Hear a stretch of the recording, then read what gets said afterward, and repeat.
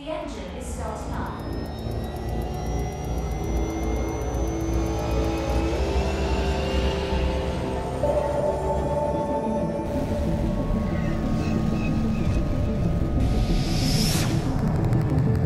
Nine, eight, seven, six, five, four, three, two, one. Bienvenido al horizonte de sucesos.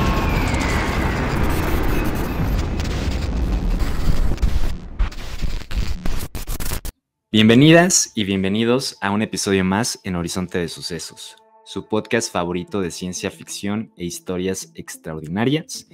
Y ya saben que seguimos con este maratón de películas, novelas, libros, cuentos de terror por el maratón de este Spooky Season. Y hoy tenemos a Julio Castañeda como invitado. Julio, que es también host de otro podcast de cine que se llama La Pantalla Podcast. Ahí por si quieren ir a escucharlo, tienen episodios muy muy buenos. No están tan centrados en ciencia ficción, es cine en general. Entonces por ahí cuando quieran escuchar un podcast que no sea solo de ciencia ficción, ya saben que ahí está disponible La Pantalla Podcast. Julio, ¿cómo estás? Hola Dani, muy bien, muchas gracias. Mucho gusto de estar otra ocasión aquí en Horizonte de Sucesos, ¿no? Ya hemos hecho varios, ¿no? Yo estuve ya aquí alguna vez igual solito. Hacemos varios horizontes de pantallas, como le llamamos a este crossover de cuando nos juntamos a platicar, ¿no? Los tres, Karenina, tú y yo. Y bueno, pues sí, mucho gusto de estar acá y bueno, de hablar de una película que me tiene muy... O sea, siempre me había parecido muy interesante. Y mira, ahora se puede juntar lo spooky con la ciencia ficción, ¿no? Entonces, qué padre, qué gusto. Sí, que justamente, bueno, primero que nada, muchas gracias por acompañarnos. Justamente esta parte que mencionas del terror y de la ciencia ficción, ya lo he comentado en algunos episodios, pero tienen una relación muy, muy cercana, para empezar porque ambos son subgéneros, subtemas de lo fantástico, Sí. pero además porque han sido muy discriminados, muy apartados desde las grandes cúpulas pues de la crítica de la literatura, claro, del cine y todo. Siempre son dos géneros que han quedado relegados, repito, tanto en la literatura como en el cine, por considerarse menores, pero bueno, ya eso es algo que ha estado cambiando en los últimos años. Y justo como mencionabas, esta película de la que hablaremos hoy, que es The Thing from Another World, la versión del 82, la que es dirigida por John Carpenter y que tiene como protagonista a Kurt Russell, además de haber sido producida por Truman Foster Company y distribuida por Universal Studios. Es justo pues es una de estas tantas películas que están en esta línea, en este límite entre ser ciencia ficción o ser más terror, ¿no? O sea, sí, hablando de que pues igual muchas de ellas mezclan géneros y son híbridos.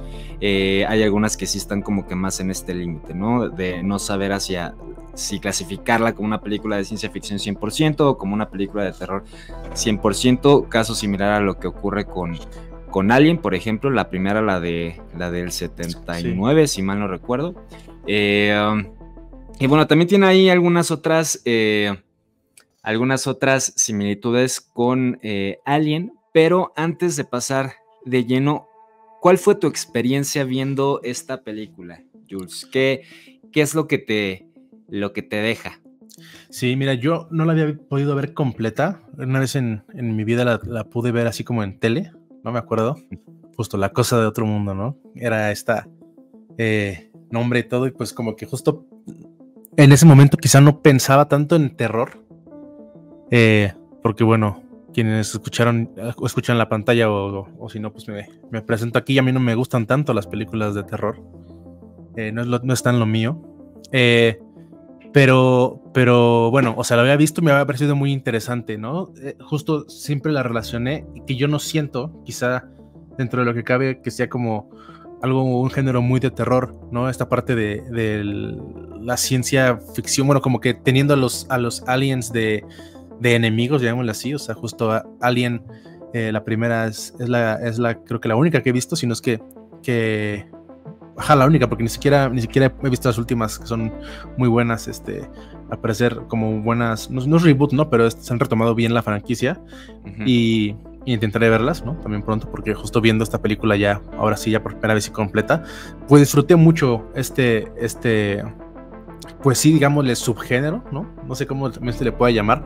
Estuve investigando un poco, ¿no? Y creo que tal cual, al menos por lo que logré sacar, no existe quizá esta idea de sci-fi terror o así, como sea, sino más bien como terror cósmico, ¿no? Terror así, de como que así lo llaman.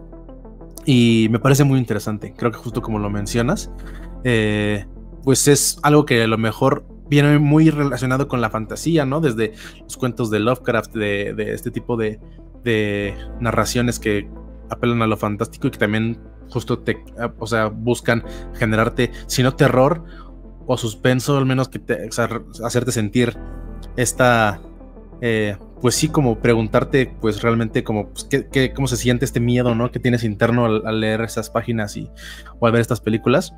Y nada, a mí me gustó mucho. O sea, creo que algo que ya había escuchado de la película, no hablando así como de un poco de lo que sabía, es que había sido una película muy criticada en su momento.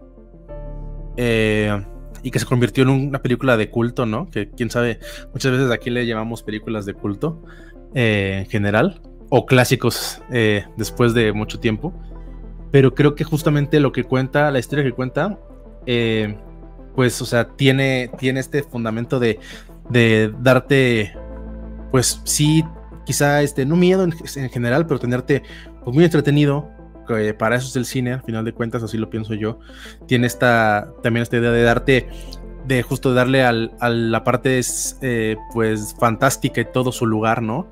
Y no tratar de explicarte sobre todo este es un alien que se encontró en tal año, de tal familia, subclase, o como sea, ¿sabes? O sea, realmente es como hay algo ahí que está convirtiéndose en humano y por gente nos estamos matando entre nosotros y si llega al mundo puede acabar con toda la humanidad. O sea, son esas cosas que suenan súper voladas y todo, y que a veces si te las cuentan así dices como, qué hueva, una película de aliens que van a matarnos, ¿no? Pero cuando las ves justamente ya entiendes por qué termina siendo esta película que vale la pena ver, recomendar, y que incluso en estas de repente que son como pues sí promociones o maratones que suelen hacer los cines aquí en México, ¿no? Cinemex y Cinépolis, que tienen esta cosa de vamos a retomar películas de terror clásicas y las vas a poner de nuevo en el cine, ¿no? Pero las ponen al nivel de justamente del Exorcista, de Pesadilla en la calle del infierno, películas que son de gran nivel de terror. Y bueno, yo me acuerdo que hace un par de años esta de The Thing estuvo, ¿no? También así como mostrada, y creo que es pues súper chido que haya en los clásicos, así en lo grande, ¿no? En las marquesinas y todo lo demás, que hay una película de terror cósmico, ¿no? Que puedo decir que es de mis terrores favoritos ahora que empiezo a conocer más sobre lo spooky. Sí, que justamente hablando del terror cósmico, como bien mencionabas a Lovecraft, es justo el uh-huh. padre de este subgénero, y hay muchas cosas en esta película que si bien, bueno, no me quiero adelantar, pero hay muchas cosas en esta película que obviamente reflejan mucho esta parte del horror cósmico, ¿no? Uh-huh. A mí también tengo que confesar que yo no había visto esta película. De hecho, no había visto ninguna de las películas, adaptaciones de La cosa del otro mundo, hasta que platicando para hacer este episodio, Jules me la mencionó. Dije, vamos allá. Y me sorprendió bastante. O sea, sí esperaba, sí sabía que The Thing from Another World era algo era una película reconocida, sobre todo pues ya en estos tiempos, pero no esperaba que fuera tan buena. La verdad sí quedé muy impactado, sí creo que ahora ya entra dentro de mi top de películas tanto de ciencia ficción como de terror, y sí la pongo a la par de un Alien, a la par de... Sí. Yo no soy fanático del Exorcista porque creo que ahí sí hay ciertas cosas, sobre todo en producción, que ya se le notan los años. Claro. Pero creo que en Alien y acá, en La Cosa del Otro Mundo, si bien se nota que son... que las producciones son viejas, no termina de ser tan chocante como, por ejemplo, al menos en mi caso, me sucede con El Exorcista, ¿no? Y pues bueno, también hay una cosa muy hablando de Alien, no sé no sé qué opinas al respecto, Jules, pero en Alien vemos un monstruo que es en cuestión, o sea, si bien creo que es uno de los mejores monstruos en la historia del cine, el xenomorfo, este primer xenomorfo, sí. Hay cosas que, y bueno, es un personaje, o sea, es feo, etcétera, pero a la vez creo que respeta como que ciertas cosas en cuanto a simetría, por lo menos, ¿no? Es un monstruo que si tú lo ves de frente, o sea, del lado derecho es exactamente igual al lado izquierdo, este tipo de cosas que hace que se mantenga quizás un poquito más, tanto en el recuerdo del espectador, pero que también sea más reconocible para una persona, ¿no? O sea, claro, que entiendas que al final esto tiene las mismas características que tienes tú como persona, en este sentido de que tienes un ojo del lado derecho, un ojo del lado izquierdo, etcétera, o que un animal, etcétera. Y en el caso específico de The Thing from Another World, los monstruos que vamos viendo, la mayoría, a excepción por ahí la araña que tiene cabeza, patitas de araña y que tiene cabeza humana, sí. Creo que quizás es la muestra de este ente más simétrica, pero el resto son completamente amorfas, ¿no? Son masas de un montón de no sé qué, por ahí tienen cabezas adentro y cosas así, pero no tienen como que este sentido de lo simétrico, que creo que por un lado hace que quizás ahorita y la acabo de ver ayer, no recuerde tanto al monstruo en sí, o sea, no tenga una imagen tan clara en mi cabeza, pero por el otro lado creo que eso aporta mucho a este terror y a esta situación que va muy de la mano con el horror cósmico de no poder comprender exactamente el horror que estás viendo, ¿no? Sí. No sé qué opinas en ese sentido, mi Jules. No, pues, o sea, estoy completamente de acuerdo. Creo que justamente lo interesante, y bueno, pues, o sea, el nombre mismo lo dice, y entiendo que también, o sea, pues así viene también desde pues esta novela, ¿no? Donde se basan y todo, que así lo describen como, pues, algo, o sea, tal cual, no hay nada, no hay ningún momento, ¿no? Donde esta idea también de, bueno, It es un payaso, ¿no?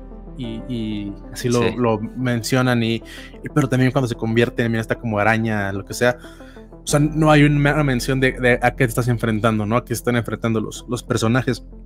Y justo creo que es para mí una de las cosas que más me gustó y que quería mencionar justamente cuando como tocáramos esta parte de la opinión y todo, algo que es bueno, o sea, que me gusta mucho de esta idea, es que no sabes exactamente, uno, cómo se ve, porque, o sea, tiene este poder de Ditto, el Pokémon, ¿no? Que es como se puede, de lo que sea, se puede como adaptar y convertirse en una réplica exacta, ¿no? Y además, cuando logra salir y logra escapar, y lo vemos tanto en la película, tanto esta del 82, que es como, digamos, si no la original, pero es como la más reconocida de la que vamos a hablar, también en la precuela, que se salió 2011, ¿no? Que es después. O sea, justamente, pues, podemos ver que de repente toma pues sí, como a lo mejor tintes más, a lo mejor humanoides, de alguna forma, como que una cabeza, un cuello, cosas así, pero pues justo tiene patas así como dices, como de otras criaturas, ¿no? Y creo que es interesante porque, para empezar, justamente a lo que mencionas tú y comparándola con Alien, ¿no? Siempre nos hemos imaginado a los marcianitos, ¿no? Verdes, con dedos largos, cabezones, ¿no? Muy prácticamente como esqueléticos, de esa forma. E.T. es otro tipo de extraterrestre que también se muestra, si no realmente humanoide, pues sí, igual una cabeza, así. Y luego pensamos en, por ejemplo, este ente extraño que se vio en la película de Nope, ¿no? De Jordan Peele. Sí. No sé qué carajo era, como una medusa en el cielo, que si un ángel, cualquier cosa. Siento que estas cosas, cuando no les das forma, cuando no les das un cuerpo y todo lo demás, resulta ser mucho más, al menos para mí, pues sí, más emblemáticos. Así, o sea, justamente esta idea de ponerle un cuerpo, ponerle una figura específica a un alien, a una cosa del otro mundo, ¿no? A algo que no conocemos, me parece, pues sí, reducirlo a algo que si bien es pues sí, como que te puede hacer que lo recuerdes fácilmente y que sea como un gran, pues hasta hit en ventas, ¿no? Y todo lo demás, lleve su alien, lleve su máscara de Freddy Krueger, todo lo demás. Aquí, pues justamente creo que en cuestión terror, ahí sí es cuando dices, puta madre, ¿no? O sea, ya lo que creo que es buenísimo es este poder que tiene de poder mutar en lo que sea, ¿no? Que de hecho, pues, sí, ya luego lo mencionaremos. Me gustó también la parte de la película, la precuela y la secuela, cómo se unen, ¿no? En este perro que termina apareciendo, pues como que al final es la cosa, ¿no? No solo es humano, también puede aparecerse en perros, ¿no? O sea, se puede formar en un perro. Y bueno, o sea, a final de cuentas, esa es la amenaza en sí, ¿no? Y justo esta idea de decir, no, o sea, quememos todos los transportes, no podemos salir de aquí porque esa madre se va a donde haya gente, pues se acaba la humanidad, ¿no? Y ahí vienen otras cosas que también yo pensaba en la parte de, o sea, rápido así mencionando un poco la parte de qué es esta cosa y todo. Me acuerdo que o sea, estaba pensando que fue el jueves que vi la película, así como de, bueno, ¿y por qué? O sea, en primerísimo, o sea, lugar, ¿por qué pensamos que la cosa es mala, ¿no? En sí, o sea, esta cosa de pues es un alien, ¿no? Y más como que lo confirmé en esta, bueno, en la película, la primera, en la del 82, como que construye una nave espacial, ¿no? Otra vez como que ahí medio clandestina. Y en la del 2011 como que intenta regresar a su nave espacial. A lo mejor es pues sí, un ente, algo así, que necesita un host para sobrevivir y que está buscando otra cosa, ¿no? O sea, realmente, pues, o sea, a lo mejor sí se alimenta de células, o no sé cómo decirlo, pero me gustó mucho pensar que incluso el monstruo que pintamos y todo, muy probablemente, pues, o sea, por algún motivo que no se explica en ninguna de las dos películas, no sé si en la novela que no he leído, busca regresar como a su nave, ¿no? Y eso me gustó porque a lo mejor también, o sea, ya pensando así, no lo justifico ni digo que humanicemos a la cosa, pero sí pensé como de, pues literalmente vemos que está tratando de hacer algo con su nave espacial, ¿no? Regresar o algo así. Sí, que justo mencionabas la película de 2011, mencionabas también la novela de la cual fue adaptado, que es una novela corta, y también hay una adaptación previa que fue en 1951. Pero a ver, por partes, la novela de la que, o sea, lo primero que salió fue la novela se llama Who Goes There, en inglés, fue escrita por John W. Campbell, que, bueno, publicada con su alias, Don A. Stewart, que literal el alias responde al nombre de su esposa, que se llamaba Dawn Stewart, que me parece un dato bastante romántico. Sí. Pero bueno, esa novela se publica en 1938 y tal cual es de la novela que se adapta la primera película, la del 51, y esta segunda del 82. Aquí también quiero hacer un comentario respecto a Lovecraft, que ya lo estábamos mencionando, porque hay una novela de Lovecraft que también se basa en en la Antártida, que es en donde los hechos de la novela de Campbell o la novela corta de Campbell y las películas de The Thing suceden. Bueno, a excepción de la primera película sucede en Alaska y en el Polo Norte, pero el resto son en la Antártida, el Polo Sur. Y bueno, en esta novela, si bien Lovecraft se va como por otro lado, habla más como de que igual de algunas que habla de los antiguos, habla de los no me acuerdo de todos los nombres de sus de toda la mitología Lovecraftiana, pero bueno, habla de los antiguos y de algunos otros que habitaron desde hace miles de millones de años la Tierra, que vinieron obviamente del espacio, y justo en esta novela de En las montañas de la locura, que fue publicada en el 36, aunque fue escrita en el 31, pues describe un poquito cómo se encuentran unos personajes con ciertas, pues ciertas como ciudades antiquísimas, empiezan ahí a tener, bueno, una parte de la expedición termina pues desapareciendo, etcétera, etcétera. Y a su vez esta novela, que también es una novela corta, fue adaptada a otra novela, bueno, más bien fue, ¿cómo se dice? Fue influenciada por otra novela corta, que en este caso fue la de Edgar Allan Poe, Las aventuras de Edward Pym. No recuerdo bien el nombre del personaje, pero bueno, o sea, esta sería como que la primera idea que sucede también un poquito, es más como de aventuras, aunque tiene mucho terror, porque pues es Edgar Allan Poe. De ahí se inspira Lovecraft para hacer esta historia, y aunque nunca fue tal cual dicho por John W. Campbell, porque aparentemente era también bastante mamoncillo, pues también se nota ahí una influencia muy clara entre Las montañas de la locura y Who Was There, ¿no? Tal cual la novela corta de Who Was There es la historia muy similar a lo que sucede en la adaptación de 1982 a la película de John Carpenter. Por ahí hay ciertas cosas que varían, por ejemplo, algunas presentaciones de esta criatura, de este ente, cómo es el primer encuentro y algunos otros detallitos. Pero en general sí es una adaptación bastante fiel a la historia, y sobre todo creo que adapta muy bien todo lo que sucede en la novela corta, ¿no? A diferencia de la primera adaptación, que aunque, por ejemplo, el inicio es igual a la novela, ya después la historia va por otro camino, ¿no? Y en ese sentido, por ejemplo, lo que hablábamos, que esta película es como que ese punto medio entre la ciencia ficción y el terror.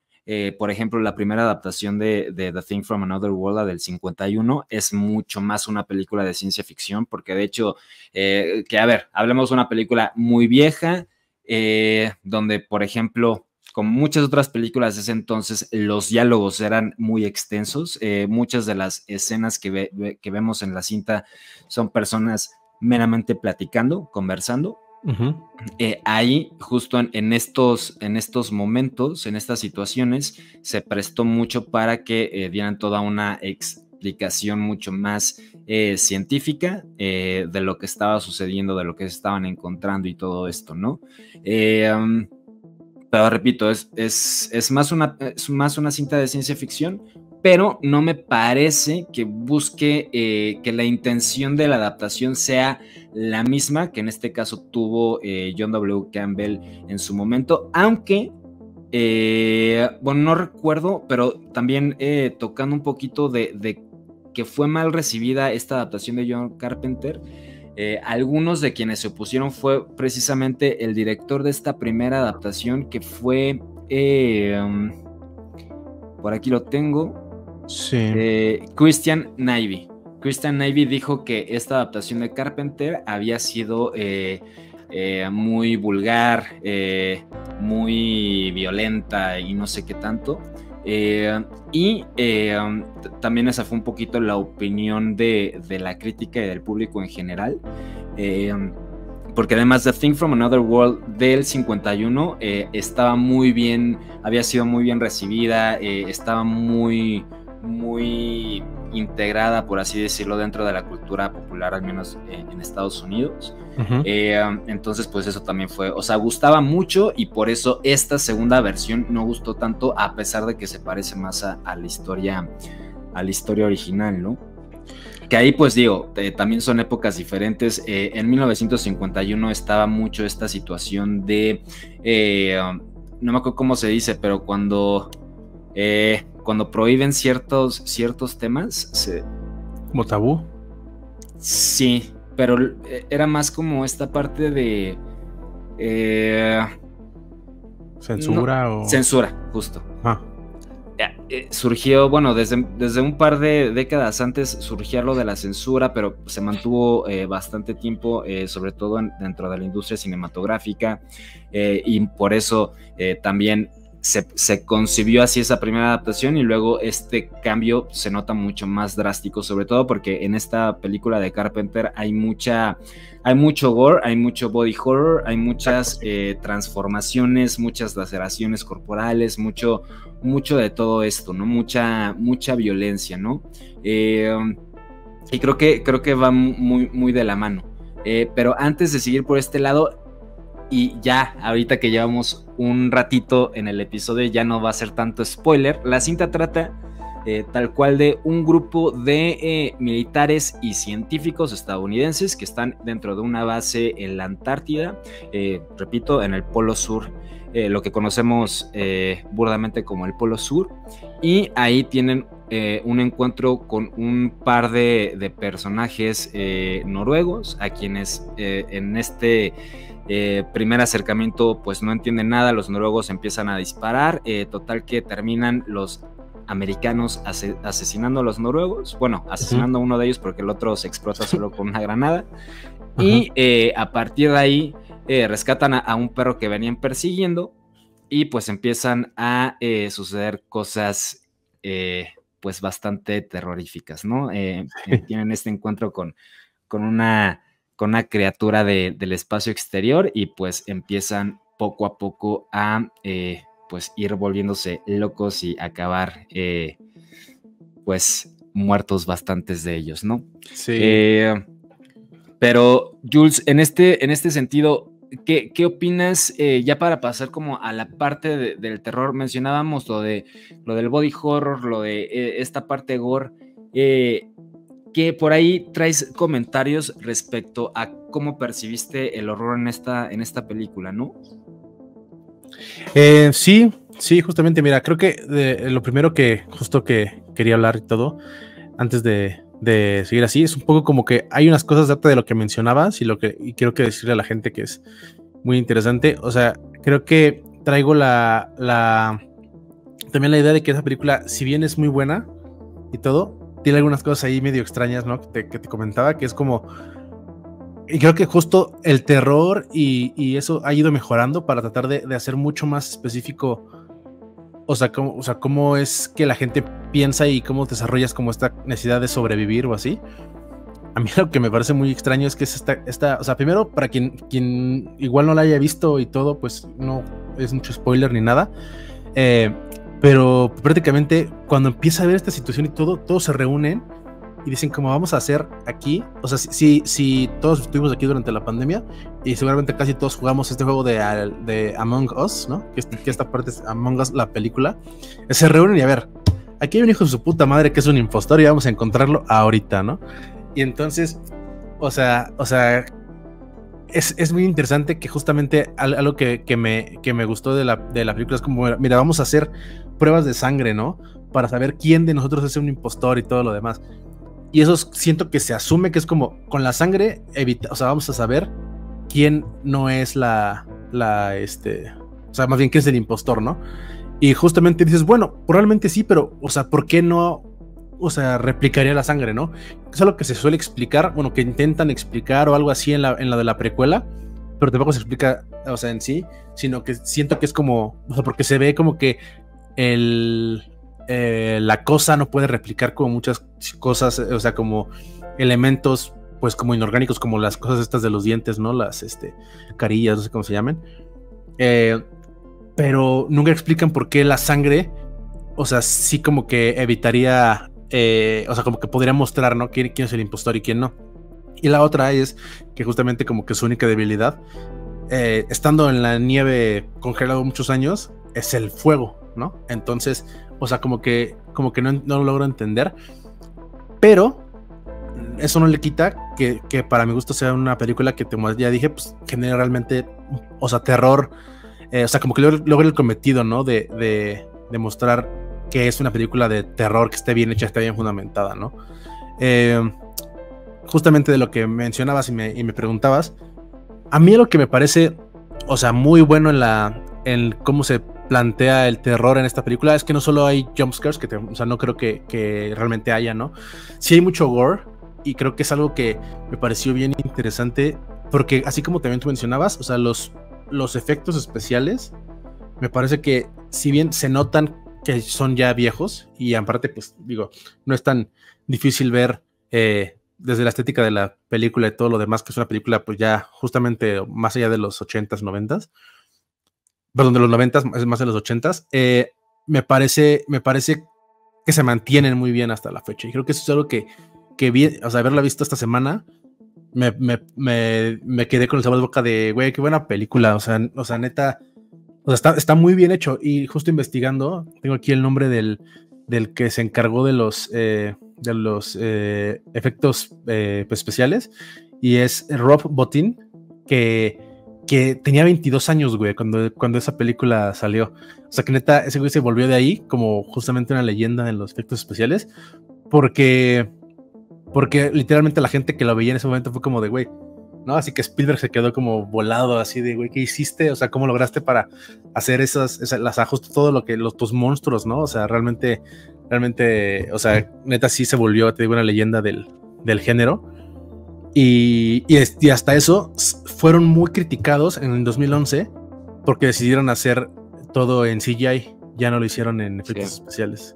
Y entonces sí fue como, güey, estás traicionando la esencia de esta película, ¿no? Y bueno, algo que me parece a mí que justamente es interesante, al menos en la lectura que yo le pude dar a la película, es que habla de un terror, sí físico, porque obviamente, pues, o sea, es impresionante ver pues a tu compañero que le sale un cuello del estómago y de repente una cabeza hasta arriba y otra cabeza en medio y todo lo demás. Y que luego la cabeza se separa y se hace una araña. O sea, todo ese pedo obviamente es impresionante, y creo que el terror, yo en lo personal sí siento que el terror, el body horror y el terror como muy gore y todo lo demás, sí causa conflicto a veces al estómago, si lo quieres ver así y todo lo demás. Pero, o sea, siento que en esta parte cumple bien. Pero además le da un giro digamos, a la tensión que uno puede sentir como espectador. Porque, como ya mencionaba, en este juego de Among Us, o sea, realmente no tienes certeza de quién es el que puede ser un impostor, ¿no? Y entonces, creo que eso también te demuestra y te hace como una especie de pues metáfora hacia en ese momento en la vida, ¿no? En los 80s seguía la Guerra Fría, justamente hablamos de Estados Unidos como un país, como una cultura específica, ¿no? En la que justamente tenía un dato también por ahí, que al parecer lo que él grita el noruego en noruego es el perro, es un alien, el perro está poseído, no sé qué chingados grita. Si sabes noruego, ya la película te la spoilearon, ¿no? Y justamente juega, según esto lo entendí, Carpenter dijo, o sea, con un poco, bueno, no dijo, pero como que hizo entender que en ese momento, pues, el nacionalismo era tan grande, y lo muestra el personaje de Kurt Russell, ¿no? Se me fue el nombre del personaje tal cual, el McReady. Ajá. De ser como pinche gringo prepotente y todo lo demás, el que dice como, güey, yo puedo... O sea, no necesito a nadie, ¿no? Como que el gringo siempre era como superior a todos los demás y así. Y es como, güey, si supieras un poco si tuvieras un poco de cultura y esas cosas, o sea, literalmente otro idioma, ¿no? Si hubieras sido francés, si hubieras francés, o si hubieras sido, pues sí, tal cual, si supieras noruego, ¿no? Habrías entendido qué pedo, qué está pasando, y no tendrías que ir a investigar, ¿no? Todo lo que pasó. Y eso por un lado. Y la otra, en el sentido de que realmente en ese momento, pues no puedes confiar en nadie. quién es un espía ruso, quién está infiltrado con otras cosas, quién incluso, o sea, sabes, como que aquí podía traicionarnos, o sea, todo eso siento que era una paranoia que se vivía pues en la sociedad, que se refleja en esta película. Esa es la lectura que yo también pude, o sea, que pude encontrar. A mí siento que algo que daba mucho terror y que uno lo piensa así es que el hecho de no poder confiar en la persona con la que estás a un lado, te termina afectando mucho más que el hecho de saber que o sea, que en este caso es un monstruo, ¿no? Y esta idea y esta histeria que surge de estar encerrados también, aislados justamente en la Antártida, ¿no? Es, para mi gusto, creo que suficiente ya terror, o sea, ya suficientemente miedo como para todavía tener que vivir con una de estas como aliens y todo, ¿no? Y sí, o sea, creo que el terror de esta película, o sea, que esta película, y así también un poco Carpenter, pues tiene esta tendencia a dar como mensajes en sus películas más allá de lo que quiere mostrar, ¿no? Y creo que es algo muy padre, porque pues, digo, supongo que también hay más películas, yo no he visto varias, pero más películas hasta de ciencia ficción. Ahorita quiero recomendar una que sí he visto, de este güey que justamente tiene mucho mensaje, ¿no? Y es ahí, a partir o sea, como siempre también decimos en la pantalla, ¿no? Ya sea que quieras, o sea, con una película de ciencia ficción, una película de terror, una película animada, ¿no? Esas son formas de contar la historia. Al final el mensaje, la historia que quieres contar es lo que siempre cuenta, ¿no? Y yo me quedo con esa reflexión o sea, siento que el terror muchas veces está más allá de un monstruo, ¿no? O sea, es lo que vives alrededor en esa tensión que se puede sentir en la película. Sí, que mencionaste varias cosas bien importantes, bien interesantes. Por ejemplo, esta parte de la Guerra Fría que justo pues seguía, bueno, estaba ya como que en su última etapa, pero seguía muy presente, pues muy sí. presente. Hay una cosa bien importante que es en todas las películas de entes extraterrestres, y aquí hay otra comparación que quiero hacer respecto a la primera adaptación de The Thing, la del 51, es que en la del 51 hay un personaje que es un científico, que este personaje es uno de los principales que intentan proteger como que a este monstruo una vez que ya tuvieron contacto con él, ¿no? Y que ya saben pues que sí hay ciertos riesgos con dejarlo por ahí andando y todo esto, ¿no? Entonces él está aferrado y todo eso, y hay un diálogo bien particular que tiene en alguna parte de la película que dice que nuestra ciencia es capaz de poder domarlo, ¿no? De poder conquistarlo, dice. Que es algo bien interesante porque justo a partir de los 50s es cuando se empieza a trabajar, bueno, desde que inicia la Guerra Fría, al final de la Segunda Guerra Mundial, se empieza a trabajar con este nuevo descubrimiento, con la tecnología alcanzada a partir de las bombas atómicas, de la física nuclear, la física atómica, etc. Se empieza a abrir la vía para poder hacer exploración espacial, ¿no? De la mano con, con el resto de tecnología ya aeronáutica que existía, ¿no? Entonces había un sentido de esperanza, o había muchas buenas como que pues sí, esperanzas de que se lograra esto, ¿no? De que se lograra conquistar el espacio, que pudiéramos nosotros ir haciendo colonias en diferentes lugares del universo y todo esto, ¿no? Sí. Y acá en la cinta del 82 justamente vemos a este personaje que no recuerdo cómo se llama, ahorita les digo, que es el del científico, el Dr. Sí, Blair, que tal cual en la primera parte de la película pierde la cabeza porque es consciente de que no hay forma alguna de que si este ente se libera de ahí de la Antártida, lo puedan parar, ¿no? Porque ya la perspectiva respecto a lo que sucedía en el marco tecnológico y en el marco científico era muy diferente, ¿no? Ya se sabía que era muy difícil que se pudiera lograr una exploración espacial más allá de viajes orbitales o más allá de llegar a la Luna o incluso a Marte. Era prácticamente imposible por los riesgos por la tecnología que se necesitaba y por los riesgos que implicaba para las personas que fueran, ¿no? También en otros sentidos, durante todo este momento es cuando la ciencia humana se empieza a estancar, ¿no? Sí empieza a proliferar la tecnología, que era la ciencia que ya teníamos, pero aplicada en diferentes formas. Ahí también es cuando surge el concepto de innovación, o sea que realmente no estaban haciendo ciencia, sino únicamente se estaba haciendo tecnología.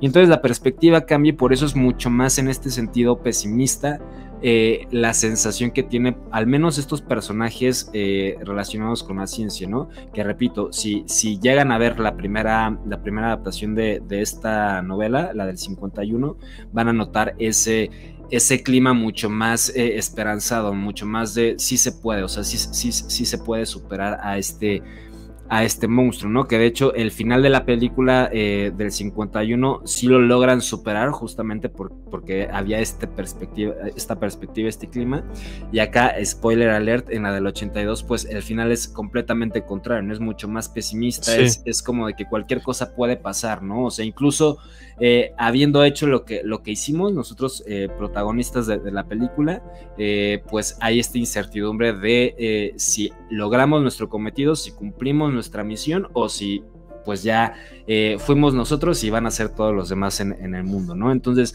eso creo que es bien relevante en esta segunda adaptación porque además refleja muy bien lo que se estaba viviendo en esa época. Y hablando específicamente del terror, que lo que comentabas tú, Jules, a mí también me parece muy, muy importante estas dos perspectivas, ¿no? Una mucho más visual, mucho más de esta parte de los monstruos, esta parte del body horror, de cómo justo que mencionabas, ya se me olvidó el nombre del encargado de los efectos visuales, pero sí. Todo lo que logra, o sea, cómo al momento de que abren al monstruo, cómo se ven las entrañas, incluso cómo se ven las entrañas de un humano que por ahí también diseccionan y todo esto. Sí. Me parece muy, muy bien logrado y obviamente es este primer trancazo, ¿no? Y es algo que te entra por los ojos y que independientemente de cualquier otra cosa, lo puedes notar en la película, pero después está este segundo punto de terror, que es lo que también mencionabas, Jules, esta parte psicológica de no poder confiar en alguien, ¿no? Que incluso al final de la cinta, pues se queda esa sensación de si el mismo MacReady y el otro personaje siguen siendo humanos o no, ¿no? O sea, te deja toda esa parte de preguntas sin respuesta, ¿no? Que también mencionabas como esto de lo del fuego y todo eso, que más allá de que hayan llegado a esa conclusión tan espontánea, lo que a mí me sorprende mucho es que hayan tenido lanzallamas. O sea, entiendo que era una base militar y científica y que haya habido armamento, pero que hayan tenido lanzallamas. Exacto, sí me parece, sí. O sea, como para que, quizás como para derretir algo, o sea, el hielo estando en Antártida, no sé, pero sí está medio raro. Lo otro de las células, creo que sí hay un diálogo que hace justo que tiene el Dr. Blair, pero la verdad no me acuerdo bien, que menciona algo de que alcanza a ver pues no sé, en uno de los cuerpos que ve, y luego está esta escena como que de la multiplicación celular como hecha a computadora, como un render ahí bien antiguo, pero bueno, o sea, sí creo que quizás deja estas cosas que lo mencionaba en el episodio pasado de este podcast, donde hablaba con Andrea Marín sobre la substancia, y a mí esto es lo que me hace en todo sentido dejarlo un poquito más en la categoría del horror, porque si fuera una película 100% de ciencia ficción, justo creo que sería mucho más cuestionable el que no tuvieran respuesta a estas interrogantes, ¿no? Claro. Estas situaciones, o sea, porque algo, no en toda la ciencia ficción, pero los muy puristas de la ciencia ficción sí es algo que siempre cuestionan, ¿no? ¿Por qué está pasando esto? ¿Cómo está pasando esto? Y todo eso, ¿no? Pero en las películas de horror que tienen más o pertenecen más a este espectro del horror, de lo fantástico, perdón. Sí hay cosas que se puedan dejar ahí sin tanto fundamento, porque al final es parte de lo inexplicable, ¿no? Del no... esta falta de respuestas es lo que ayudan también a construir esta atmósfera de que los personajes no tienen herramientas para poder sobrevivir, no tienen modo alguna de poder derrotar plenamente a este ente y todo eso. Entonces también son cosas que a mí me saltaron, pero igual que en La Substancia lo mencionaba, que está medio raro de cuál es la corporación, no quiero spoilear, pero bueno, o sea, creo que en este sentido se justifica un poco, porque al final también es una película de horror, ¿no? Sí. Pero sí me parece muy bueno esta parte del terror psicológico, sobre todo porque, volviendo a la novela, al relato, a la novela corta, una de las cosas que suceden, y para quienes no lo hayan leído, no les quiero spoiler demasiado, pero también te van presentando las cosas así, o sea, en un momento están en una situación donde está pasando algo en específico, después hay como que ciertos saltos temporales en los que ya están pasando otras cosas, y que no tienes esta certeza de qué realmente está pasando. O sea, como que también la intención del autor es ir rompiendo este hilo para que existan estas lagunas que ayudan a construir esta situación, que creo que también con lo que decía del final de la cinta se queda un poco en esta segunda adaptación, que es el hecho de si todo esto realmente está pasando o si es más bien una situación de esto que se conoce como fiebre de la cabaña, ¿no? De haber estado expuestos tanto tiempo al aislamiento, que ya se empezaron a volver locos e empezaron a imaginar todo esto que después sucedió, ¿no? Sí. Que digo, también se podría entender así, y creo que eso, o sea, que la película se preste para tantas lecturas es porque al final tiene los suficientes elementos para poder dárselas, y que al final también funcionan de buena forma todos estos elementos, ¿no? No sé qué opinas de esto, mi Jules. No, sí, o sea, estoy de acuerdo. Y mira, la verdad es que creo que justamente ya hablando, no sé si estamos cerca del cierre o no, yo tengo aquí muchas ganas de seguir platicando, pero esta parte del final me parece que es también, pues sí, para mi gusto la cereza del pastel de esta película. Porque creo que como buena película, ¿cómo decirlo? No solo de terror, sino de suspenso y así, o sea, que no haya un final cerrado, ¿no? O sea, me parece muy interesante, ¿no? Y además de todo, en cuestión narrativa, son pocas las películas que yo siento que terminas diciendo como, puta madre, o sea, como un final triste. Deja tú, o sea, hay películas que tienen un final abierto, pero hay un final feliz medianamente, ¿no? Ahí, o sea, este meme de las películas de Michael Bay que se mueve de repente tantito el protagonista y sale Linkin Park a todo volumen. O sea, yo sí me quedé con un sabor de boca de puta, qué horror, güey. O sea, después de todo y todo lo que está pasando y todo lo demás, esta desolación de saber que ya valieron madre, que ya no hay más que hacer, ¿no? Y todo lo demás. Y te queda justo, pues, creo que es una situación de rendirse, ¿no? Y decir como, bueno, pues, o sea, no hay más, ¿no? O sea, yo ya no sé si soy yo, o sea, y también pasa en la película, en la parte antes, este personaje que ahorita busqué que se llama Windows, ¿no? Sí, que que haya Windows y Mac también, muy 80s, ¿no? Esa parte, pero o sea, justo este Windows se ofrece a ser el primero que hagan la prueba y como que tiene esta cara, no lo expresa como de alivio, pero esta preocupación de puta, si soy yo, ¿no? O sea, así. Imagínate ya después de todo lo que pasaron, todo lo demás, el MacReady encontrarse solo, saber que más o menos venció, que sobrevivió y todo, y que se acerque este güey, ¿no? Childs, ¿no? ¿no? Es, ajá, justamente que se acerque y diga como, estoy aquí, es que me perdí, o no sé como qué consideración le da ahí, como de por qué está ahí, y es como, siento que es esta sensación de nunca va a acabar, ¿no? O sea, porque si bien ya vimos que puede ser un perro, ya vimos que puede ser, o sea, ya viéndolo así, o sea, yo lo extrapolaba así como a esos microorganismos que pueden vivir en el hielo mucho tiempo. O sea, se encontraron o sea, esta gran cosa, ¿no? Que se encuentran en la de 2011, que vemos cómo sale en el hielo. ¿Cuántas más puede haber? ¿Qué tanto puede existir? ¿No? O sea, al final sobrevivir nunca te va a dar esta situación de certeza y de alegría, ¿no? Más bien, o sea, como de que todo está bien, de que hay paz, porque pues justamente ya lo último que faltaba era esa parte. Y a mí me gustó mucho cómo cierra esta película, porque sí entiendo que este final abierto, pues te deja ahí como en desesperanza un poquito, ¿no? El hecho de no se terminó la tarea y no hay una secuela y no hay nada, y pues, o sea, me parece bien, digo, o sea, me gusta cómo termina, ¿no? Y justamente hablando también un poco de lo que terminamos así de eso, o sea, y hablando un poco de John Carpenter, o sea, sí siento que este güey sí tenía un poco, te digo, esta idea de igual terminarla así y todo lo demás. Es el hecho como en medio de toda la destrucción y todo lo que se ve, un poco esta idea de estamos en un mundo donde pues justamente pues a veces todo está quemando y así, realmente pues parece que si no logramos erradicar ese mal de lleno, pues nunca vamos a poder terminar como con tranquilidad, ¿no? O sea, realmente, y esto lo digo porque, o sea, ya hablando así y todo, o sea, se sabe y todo que Carpenter era muy crítico de todo lo que pasó del Watergate y todo lo demás, ¿no?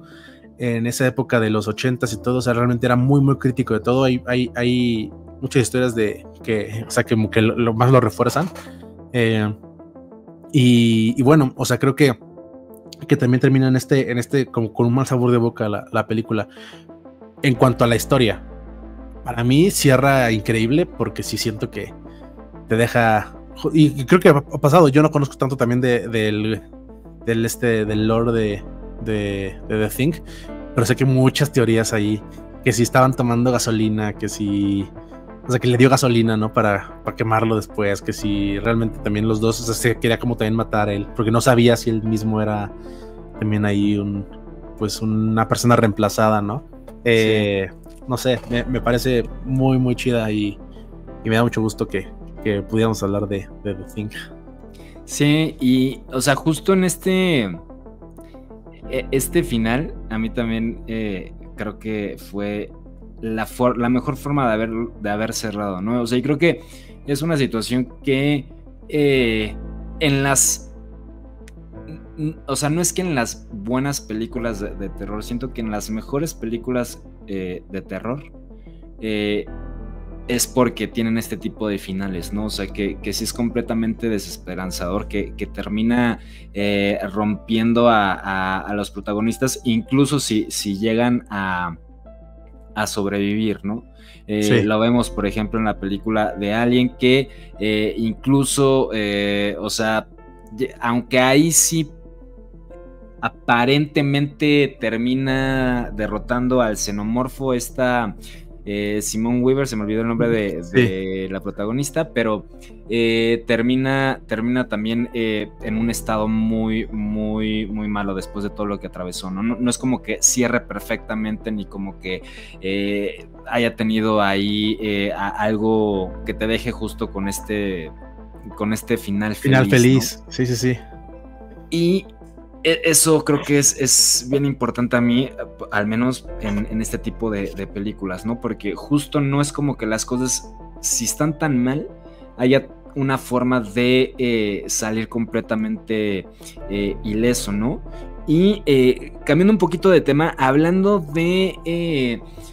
mencionabas esto de un poquito cómo funciona este Alien, y creo que es importante mencionarlo en este episodio, porque que creo que por ahí yo tengo la impresión de que se modifica bastante esto en la del 2011, en la que es precuela. Sí. Pero bueno, o sea, al final este ente se termina metiendo en cualquier tipo de organismo orgánico. Y empieza a como que a subírsele a las células de estos organismos, las copia, o sea, como que las infecta al organismo, copia las células y después se va como mimetizando y termina adoptando la forma del organismo al que poseyó, ¿no?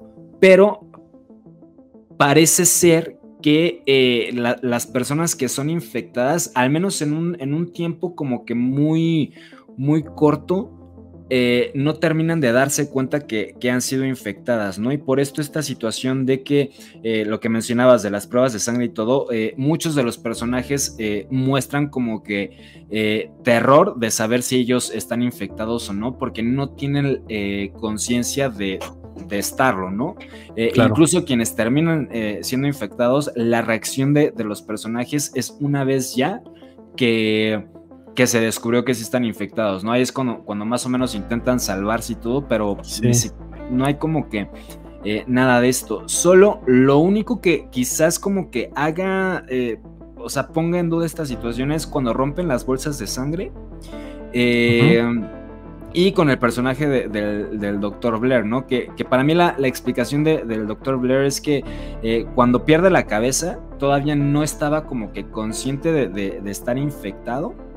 Y ya como después pasó tanto tiempo incluso aislado y todo esto, ya como que pues se vuelve uno con este ente, ¿no? Y ya es cuando pues al final sí termina estando infectado y todo esto. Sí. Pero no sé. No que te interrumpa, pero sí. Incluso, ¿te acuerdas al principio de la película? Lo medio lo mencionan, entonces en esa práctica de o sea, ¿cómo sabrías que yo no soy un clon exactamente, no? O sea, si alguien fuera un clon, ¿cómo sabría que no soy yo? O sea, que es alguien, o sea, lo mencionan pues porque así como que empiezan a hablar de la película, pero es esta cosa, ¿no? O sea, al final de cuentas y en todas estas ideas y también teorías de la simulación y de todo lo demás, es como, o sea, ¿cómo sabes que no? ¿Cómo sabes que no eres esa persona? ¿Cómo sabes que un día no reemplazaron a tu familiar? O sea, esas cosas así como así, o sea, realmente si es idéntico no podrías no saberlo, ¿no?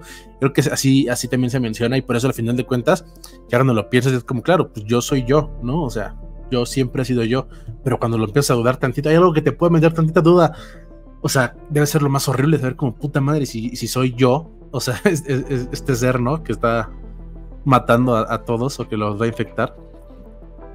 Sí, pero por ejemplo, en la novela, sí se menciona que quienes son infectados sí tendrían que tener conciencia de que ya fueron infectados. Y luego en la precuela, en la del 2011, estos personajes, estos dos noruegos, que son como que el científico top y el como líder de la expedición, sí parecen saber que están infectados, ¿no? Incluso después terminan, pues sí, estando infectados, obviamente. Pero no sé, como que ahí parece que tienen más conciencia, no sé si haya cambiado algo, porque también meten esta parte que mencionabas, ¿no? Que no puede mimetizar o no puede absorber componentes no orgánicos y por eso las tapas de las muelas metálicas pues las terminan expulsando.